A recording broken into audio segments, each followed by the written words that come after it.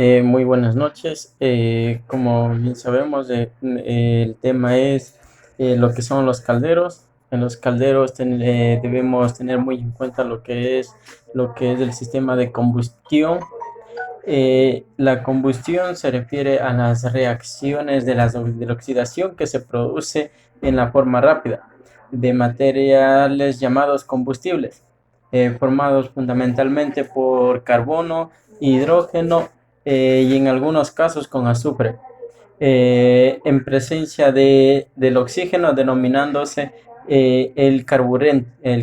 comburente, y con gran desplazamiento del calor. La combustión es el conjunto de procesos físicos y químicos por los cuales libera controladamente parte de la energía interna del combustible, energía química, y manifestando al exterior bajo la forma de calor para aprovechar dentro del horno o una caldera.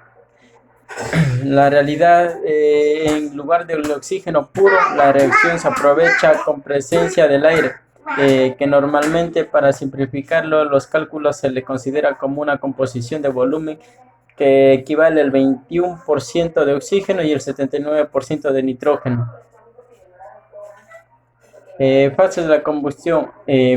Las reacciones de combustión son mucho más complejas, pueden parecer debido principalmente a una enorme rapidez con las que suceden las distintas etapas. En la primera fase se produce la preacción, en la que hidrocarburos se descomponen para reaccionar con el oxígeno, formando unos compuestos inestables que reciben el nombre de radicales. La segunda fase es la oxidación, en la cual se libera la mayor parte del calor. En la tercera fase se completa la oxidación y en forma de productos estables serán los componentes de gases combustibles. Tipos de combustión. Los tipos de combustión, existen tres tipos de combustión: combustión completa o perfecta, combustión estequiométrica y combustión incompleta. La combustión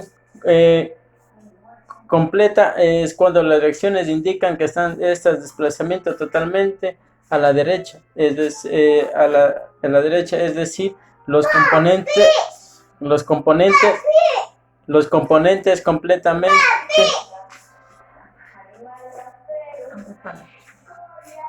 completamente formando dióxido de carbono, agua líquida, H2O, y en su caso dióxido de azufre, independientemente de la cantidad de aire empleada en la reacción. Esto implica que el oxígeno presenta en el aire ha sido cuando menos suficiente para oxidar completamente los compuestos. Combustión estequiométrica o neutra. En una combustión completa en la que ha completado la cantidad exacta del aire obtenida a partir de las relaciones cuantitativas de las moléculas que intervienen en cada reacción. La cantidad de aire trata de una combustión ideal, que solo puede conseguirse en laboratorio. Combustión incompleta es aquella cuyos gases de combustibles contienen compuestos parcialmente oxidables, llamados quemados, como el monóxido de carbono, partículas de carbono e hidrógeno. Los tipos de combustión. Existen tres tipos de combustión. Combustión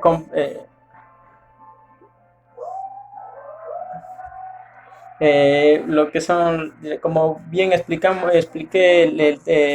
en el tema anterior, que existían tres tipos de combustión, en las cuales también hay que tener muy en cuenta lo que es la llama.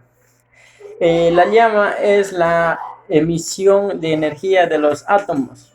De igual manera, son partículas que se encuentran en el gas de combustión. Al ser excitados por el intenso calor, genera en este tipo de reacciones. Eh, También podemos tener muy en cuenta que se dividen en tres zonas o en tres partes. Las llamadas premezclas, llamadas de difusión, la zona de postreacción. Eh, llamas de premezclas, cuando el combustible y carburante van mezclados previamente a la combustión, en el caso de un mechero buce, en el que en estas llamas la combustión es más completa y permanente, alcanza mayores temperaturas. Las llamas de difusión las llamas de difusión son las que se generan de forma natural cuando encuentran el combustible y el aire sin mezcla previa en un mismo lugar. En la zona de postreacción, los gases producidos de la reacción que se van enfriando y dejan de emitir luz. Es, en definición, son aquellas en las que, en las que el combustible fluye con, con un adicional de aire y oxígeno. Por ejemplo, los quemadores de las llamas de luz, de las hornillas, de las cocinetas industriales. En esto también hay que tener muy en cuenta lo que son los combustibles. Los combustibles es el material capaz de liberar energía cuando se oxida de forma violenta o desprendimiento de calor. Su liberación de energía de su forma potencial. Se puede también tener lo que es energía de enlace de una forma utilizable, o sea, directamente energía térmica o energía mecánica, los motores térmicos, dejando como residuo de calor energía térmica, dióxido de carbono y algún otro compuesto químico. Los tipos. Los tipos de combustibles sólidos se incluyen el carbón, madera y turba natural. Entre los combustibles carbonenciales se encuentran el diésel, el queroseno, la gasolina y entre los gaseosos, el gas natural o el gas licuado por el petróleo, representados por el propano y el butano. La gasolina y gaseolo y hasta los gases se utilizan para motores de combustión interna o en calderas. Entre ellos se encuentran también las llamadas biocombustibles. Los biocombustibles son combustibles fósiles que proceden de la materia orgánica, materia viva. También los que se pueden encontrar son sustancias del procedimiento del reino vegetal que pueden utilizarse como combustibles bien directamente tras una transformación por medios químicos que serían descomposición. Entre eso también podemos dividir en tres partes, en lo que son sólidos, líquidos y gaseosos. Los sólidos: aprovechamiento de las materias sólidas agrícolas, la madera, el resto de otros procesos como en las cáscaras, aprovechándole de los frutos que se aglomeran en pelles combustibles. Los líquidos generalmente proceden de las transformaciones químicas de ciertas materias orgánicas, como el bioalcohol o el biodiesel. Lo que es gaseoso, como el llamado biogás, que es el residuo natural de la putrefacción de organismos vivos. De organismos vivos que se encuentran en la atmósfera y que está compuesto de metano y dióxido de carbono y partes más o menos iguales.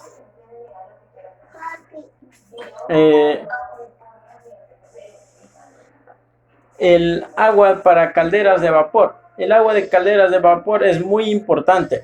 Es muy importante para una fábrica cualquiera que requiera determinada necesidad de vapor, horario, bien de aplicación directa o indirecta. En el primer caso de la evidencia habrá que hacer tener un especial cuidado en las elecciones de los productos químicos que pudieran requerirse para el acondicionamiento y que podría pasar por el vapor producido. Porque también puede haber contaminaciones, tanto lo que es en el aire y todo eso, el mal uso, o si no teniendo en cuenta los parámetros que serían de utilizarse para hacer un tratamiento de las aguas. Básicamente podemos echar mano de dos tecnologías para el tratamiento de aguas de calderas. Es dos puntos hay que tener dos puntos bien en cuenta. El ablandamiento con resina de intercambio iónico ciclo de sodio, y el otro es osmosis inversa. Las calderas a vapor son especialmente diseñadas para trabajar en instalaciones donde se necesita una gran cantidad, transferencia de energía calorífica, como son los procesos industriales. Esas calderas tienen como fluido caloportador el agua, que lo convierte en vapor y se pueden clasificar según su disposición de los fluidos. En las calderas de tubo de agua de acuotubulares y calderas de tubos de humo o pirotubulares. Las calderas de agua o acuatubulares también tienen sus ventajas y desventajas, pero demos a conocer lo que son calderas de acuatubulares. En estas calderas el agua circula para el interior de los tubos que forma el intercambio. Los gases calientes generados en la combustión, lo que envuelven los tubos, calentando el agua que circula por ellos. Ventajas de las calderas acuatubulares: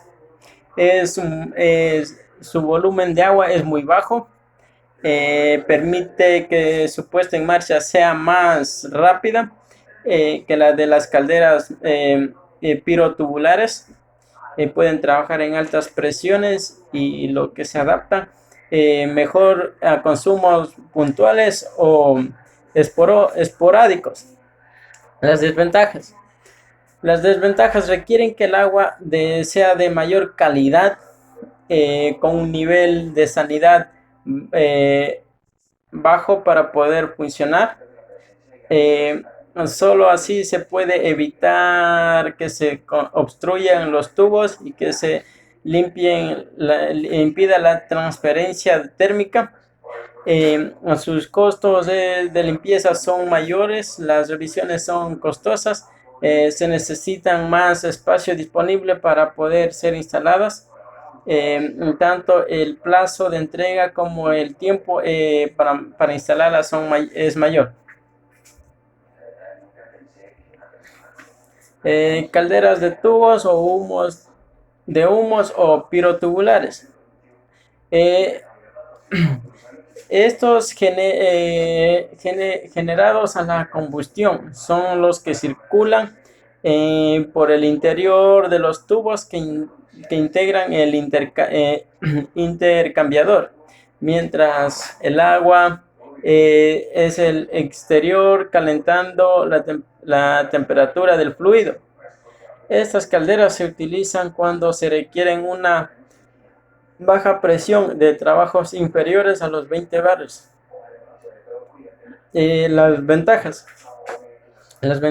son se adaptan mejor a las variaciones de la instalación que las calderas acuatubulares. Ofrecen una gran estabilidad ante las fluctuaciones de carga y presión que se producen durante los procesos industriales. Aunque la calidad de agua de alimentación siempre es muy importante, pueden trabajar aunque el agua tenga un cierto nivel de sanabilidad. eh, Su rendimiento es mayor a líneas generales. eh, sus costes, sus costes de limpieza son menores y las revisiones son menos costosas. Necesitan menos espacio disponible para poder ser instaladas, tanto en el plazo de entrega como en el tiempo para instalarlas es más corto. Las desventajas: elevado volumen de agua que hace que su puesta en marcha sea algo más lenta. No pueden trabajar a presiones por encima de los 20 bar, aunque bien es verdad que la inmensa mayoría de las calderas de vapor trabajan con presiones inferiores a los 20 bar. Los problemas principales de las calderas a vapor son las incrustaciones, la corrosión y la deposición.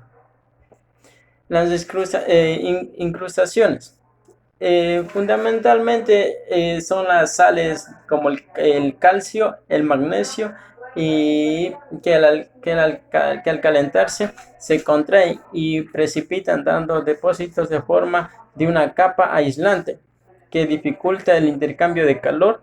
Los efectos directamente ocasionados son la reducción del coeficiente de transmisión de calor, la reducción en sección libre de paso de fluido, la rotura de tubos y por sobrecalentamiento. El intercambio del calor también es menor. Las excrustaciones o depósitos también pueden afectar a los pares de movimiento principalmente de las válvulas o álabes de la turbina de vapor. Esto provoca la falta de estanqueidad en válvulas, degradación acelerada de los álabes y desequilibrios en el motor de la turbina a vapor. La corrosión. La corrosión es una reacción química y electroquímica que se produce entre el metal y el medio en el que esté puesto la máquina, que provoca su degradación o la pérdida de propiedades del material. Esta corrosión es producida bastante por el oxígeno disuelto en el agua, por el dióxido de carbono o por otros ácidos. El tanque químico comienza de la superficie y se propaga hacia el interior. Diferentes zonas de la superficie metálica actúan como anodo y cátodo.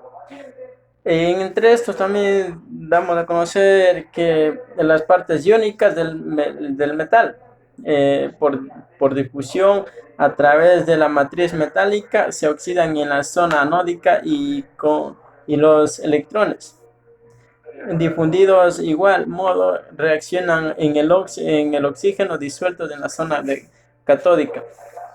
La deposición. Una de los principales inconvenientes de la combustión en las calderas de biomasa es el ensuciamiento que se genera durante el funcionamiento, llamado fouling.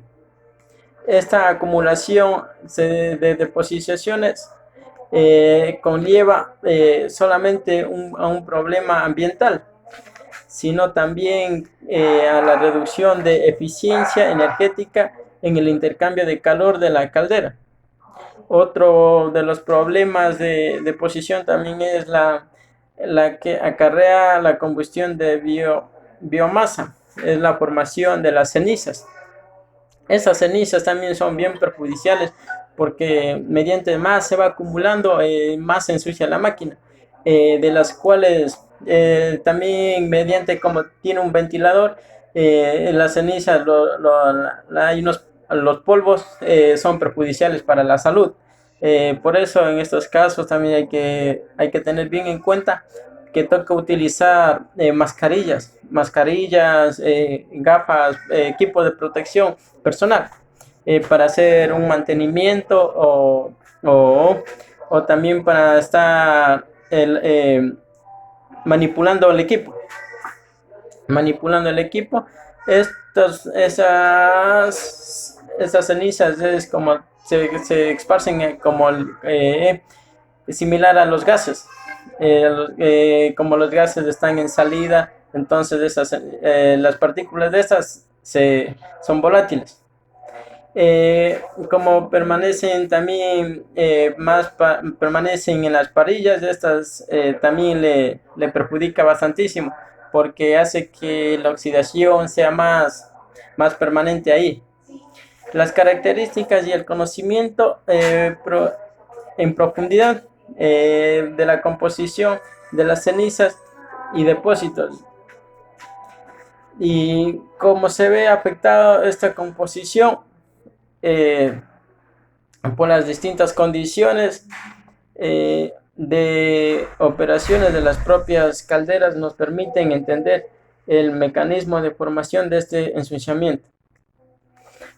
Como conclusión, para hacer un mantenimiento hay que tener bastante en cuenta lo que es el proceso de mantenimiento, las normas de mantenimiento y qué tipo de mantenimiento hay que implementar antes de hacer cualquier proceso. Y también tener el conocimiento suficiente para hacer cualquier mantenimiento. Caso contrario, informarse con algún técnico que tenga el conocimiento adecuado.